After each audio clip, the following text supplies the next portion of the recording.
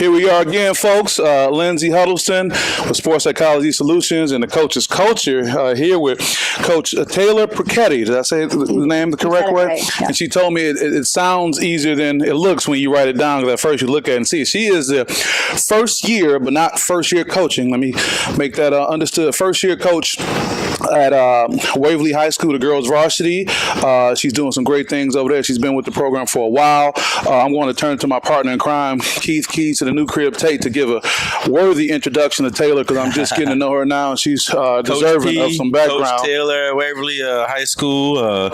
She actually started on JV, correct? Mm-hmm. Same year I started as the head coach at the freshman team. Oh, okay. So yeah, we're always fighting over gym schedules and things like that. Oh, man. Who got the big gym? Who got the auxiliary gym? So on and Who so wins forth. that fight? She does. She was quick to say that too. All the time, So no, it definitely has been interesting over these last. It's going to be into our fourth year. Just seeing what she's doing, she's seeing what I'm doing, and just and she also has, which is great, which we can talk about. She has her father, who's assistant coach, with her. So I definitely bug him a lot, talk to her, see what she thinks, and we bounce ideas off of one another and kind of see how things are going with our respective programs and teams. That's great that you have that. Well, Taylor, we appreciate having you on. I've been able to observe you from afar, just being in the community or whatnot, but to formally meet you is great. Thank you for jumping on. We got the Facebook Live going, and we're doing a recording for the Coach's Culture podcast. Now, our guests up to today have been some esteemed, great coaches, but ironically, Keith, they all were males. Yes. So fortunately, we are making sure we're looking at all things, not that she's a female coach, but she's a coach that happens to be a female. Correct. I appreciate that. Fine? Okay, I want to get that right, because I don't want to come off and miss that. But when you talk about, from a gender standpoint, coaching young ladies, I've been fortunate with some of my clients in sports psychology and consulting, work with a lot of successful young ladies, and it's a different kind of mentality relating to coaching young ladies sometimes than coaching that. So just generally speaking, tell me, what's this like coaching a millennial athlete, coaching this generation of female athletes, especially for our viewers out here who are thinking about coaching or supporting coaches, or just give us your background on that. I think definitely the female athlete, there's just a lower basketball IQ overall. I think that we can take some steps to rectify that. Okay. That's what I'm seeing at the varsity level now, is just the basic knowledge of the game. Especially with girls, I think that we're kind of an afterthought sometimes in the conversation. The Friday night games are the boys' games, because they're young, they do this, they show out, they have, the cool plays where we don't. So I think we're more skill-based in that way. So if you're coming to watch us, you're coming to watch us for a specific person or player. But I think coaching girls, there's just so many different things on and off the court we have to deal with. These male coaches, girls are more emotional. There's just a lot of pieces that you have to play into while coaching them. So whether that be moods, just emotional, their goals, their focus, why they're there. I think males, for the most part, are there to play basketball because they're hoopers, they're athletes. A lot of it for girls is sometimes it's a status symbol. So I'm coaching both people that want to wear a jersey and be a part of something and actually want this to be a lifestyle. I was always a hooper, so this is just all I know. So catering my coaching to the people that just want to be a part of something has been a challenge. But so that's basically what I deal with on a daily basis with girls. I was going to hit on that when she said the IQ part. So do you feel like that comes from participation level from when they're younger? Is that parents? Is that lack of programs or camps and things like that to get more girls involved in playing basketball? So is that something what it is, or is it just their focus is not really basketball? Like you said, there's less quote unquote hoopers that's playing, they're just playing just because their parents want them to. How do you feel? Why do you feel like the IQ level may be different? Is it because it's not their main focus?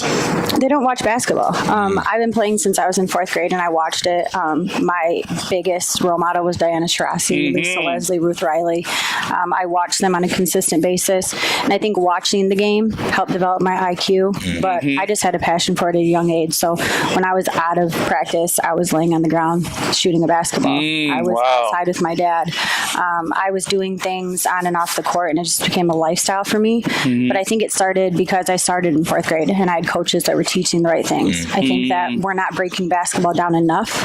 I think that at a 3rd and 4th grade level, it's not so much plays and just a high level overview at the game. It's more, let's talk about dribbling with your right and left hand. Let's talk about form shooting. Let's talk about what a press break is, what a screen is. I've seen girls coming in on the high school level that don't know how to shoot a left-handed layup with the correct form. They don't know what a screen is. They don't know what a 2-3 defense is. So I think that starts at the lower levels. So the feeder programs, I think, could be boosted. And I think that starts with the varsity coach relaying to them what I need from them from each grade. And staying connected. Let me go back to that. You make a good point. We hear that all the time about players not being able to do what's expected of them of that level, especially as a varsity coach. So how do you deal with that when you have players that come in that aren't really where they need to be? That's what you got. Now what do you do? Well, it slows practice down a little bit. I have to change my game plan because, again, I can't just jump into things, especially if they're going to be contributing to my team. They might have natural ability, and that's what's gotten them through so far. And now I'm asking them to correctly set a screen and be in the same spot. So I have to cater my practice to them without holding back the other kids, which is a constant issue. But I think to rectify that situation is the varsity coach needs to be in the middle schools, letting them know what I expect from them. In the middle school, as far as on staff, being there, or just, I'm implementing monthly coaching meetings with my middle school staff. Oh, wow. I'm Coach P, no joke.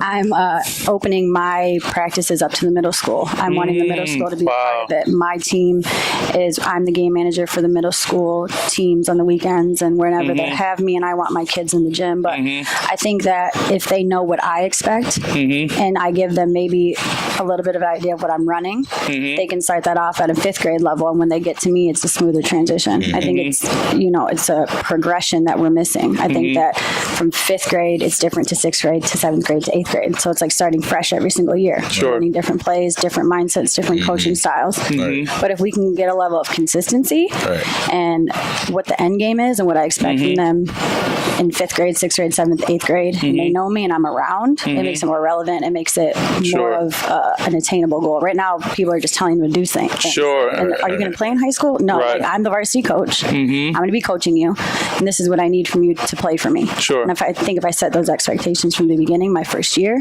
it'll be easier to develop my feeder program. I bet. I like that. That goes along with, we had Rick Noda on earlier from Potterville. He's been the coach out there for I think this is going to be his 4th year. 5th year, but 4th year with the varsity. So we were discussing all the same things, just how he's involved in the community with the Red Cedar Leagues, middle school. He's at football games to make sure that they see him. He sees, he sees everyone. Being a part of that community. And also, it just goes back to what you said too, is just having the consistency, which me and Lindsay talk about a lot with coaches, to make sure that we have a level of standard and excellence. And it's a consistent thing that we're teaching our kids. But one of the things that I think what we run into is as adults, and I'm just speaking, whether it's myself, you, whoever, our egos can get involved. And I mean that from myself, a varsity coach down to a 5th grade coach, and we know from JV and freshmen, we have to balance between winning, the wins and losses, and development. And so I think that's just still the important thing. What she was just talking about is we have to get the coaches on the same page that, yes, I know you guys want to win. We want to make sure little Susie and little Anthony are winning, but we also want to make sure that we are developing as well. Sure. I want to ask you a question, and I'm putting my CNN political hat on, that I wouldn't even think of asking the male coach, and that is, where do you see the future of women's basketball? Because the flip is, you don't say, where do you see the future of men's basketball? People don't even talk like that, but they always single out women's basketball. So we talked offline about that, so don't kick me up under the video recording for bringing it up. But I'm just curious to know, I do want to put a spotlight on the gender bias and the other issues that may go into this. So where do you see the future of high school sports for women and basketball in particular? I think right now, instead of having like a team with 5 all-stars, we're picking one person from each team that's the all-star, and they're building teams around that. I think the future of girls basketball right now is in jeopardy, to be honest with you, if we don't start developing athletes at younger ages and changing the mindset. Because you get parents that are telling these kids they're D1 players, and 5 out of 6 of them might not be, but that 1/6 person has been told their entire life they're D1 players, and they've been playing with that mentality, but they've not necessarily been putting the work in, or they don't really know what that entails. They don't go D1. They don't, and their whole dreams are shattered, and they're done playing basketball. So I think it starts with the future of girls basketball needs to start at home with the parents setting realistic expectations and building the basketball IQ, and then building programs with solid athletes to send to college. Right now, I can think of probably 5 or 6 in the area. I just did an LSJ opener where I picked 6 girls that I thought were going to be, the stars, but there should be 10 to 15. Right. It should be the top 30, and I'm picking girls in my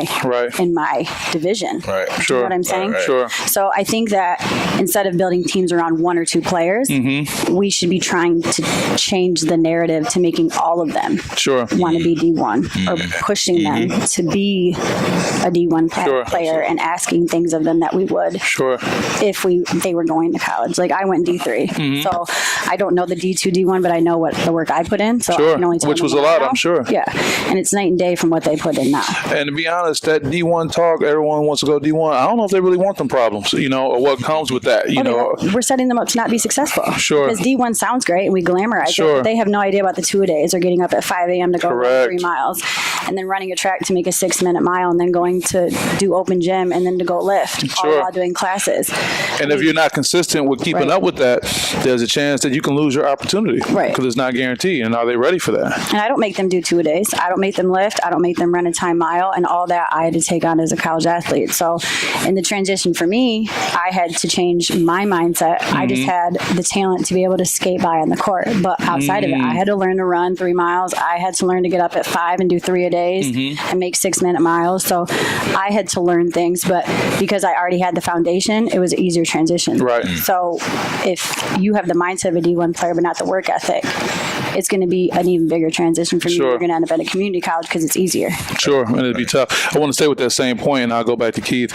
This is excellent. This is Lindsay Huddleston with Keith Tate and Coach P from Waverly High School over at Moneyball. We're talking about the Moneyball tip-off taking place next week as well. But, you are living what you speak, because just as you talk about the development being necessary, you say that you're already the game manager for the middle school program. So you're looking at the feeder program. So you're not just saying these young ladies and young men need to be meeting this standard. You're creating a program that supports that, and I think that's important to note. Keith, what do you have for Coach P that you got over here? Real quick, I wanted to say I wanted to be fair. So the ladies, to the female gender, males struggle with the same thing as far as IQ, the left hand layups, right hand layups. So I wanted to be fair because she pointed that something out, but that's something that we've discussed with the other coaches that came on as well. Is that especially with Coach Keaton, is just the love of the game. Because they have a lot more distractions these days, whether it's stuff at home or social media, things like that. So I did want to be fair on that point. I think that's a good point. I wanted to be fair on that point. Is that a lot of kids aren't watching or aren't listening to some of the commentators when they're teaching about the game and so on and so forth, for making specifying, hey, did you see him coming off of that pick to make this play, and so on and so forth. So I just wanted to be fair on the end, because we definitely asked her the question. That's how that's her.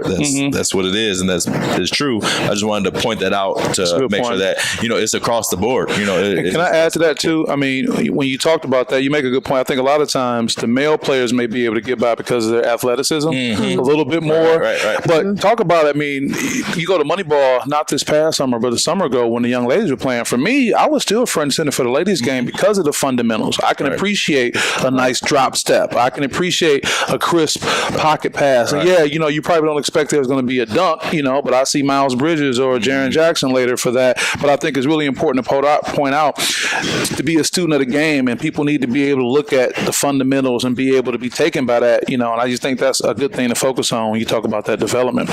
Coach P, what we like to say before we wrap up, if we send your players to watch this video or they look at it online or whatever, now what's something you want to share with them that they can get from this that'd be good, but also for other people as well? What I want to say to my players, and this is going to be my emphasis for coaching my first year is hard work beats talent when talent doesn't work hard. So as a program, we need to understand that it's not about how talented we are, it's the work that we put in. So anybody that's watching, know that if you want to be a part of my program, you're going to have to put in hard work. Put in that work. Coach, you got anything else for Coach P before we sign off? Super excited to watch the season unfold. And, luckily for me, just being in the program over at Waverly, I can just bug her anytime. Sure. And say, hey, how's it going? What are your, what are the good things that you've come across in practice or the games or the struggles? Or how can we, overcome them and stuff like that? So I'm definitely, just me being the student of the game and me wanting to learn from anybody, I'm definitely excited for her first season and getting things going over at Waverly. Like I said, her being, as we talked with Keaton, Dave Jones, we just talked to Rick Noda, just being invested into, which I know about her. She's, when I'm at the school or I'm about to leave the school or getting up there, she's in there with the girls. Putting in work. Yeah, she's there with still the girls. Putting in work. There with a couple of my guys and so on and so forth. So it's very, and everybody else sees that too. Players see that. Players know about the coaches that take off and go, and I think you get a benefit of that. I just want to add that. Right. Yeah, absolutely. So definitely, Waverly has a good coach over there that's invested into the, like I said, the community, the whole program, and the players, which I think they're going to end up working hard how you want them to, because you're invested in them and you want what's best for them overall. So Coach Taylor Peruchietti going to be first year coach at Waverly High School. You're going to see her imprint on the whole Waverly High School program, the middle school as well. So support the Waverly Warriors and Coach P, and we really thank you for coming on Coach's Culture and what you shared. Okay. Oh, real quick. Sorry, before we let her go, we're going to wrap up. That's fine.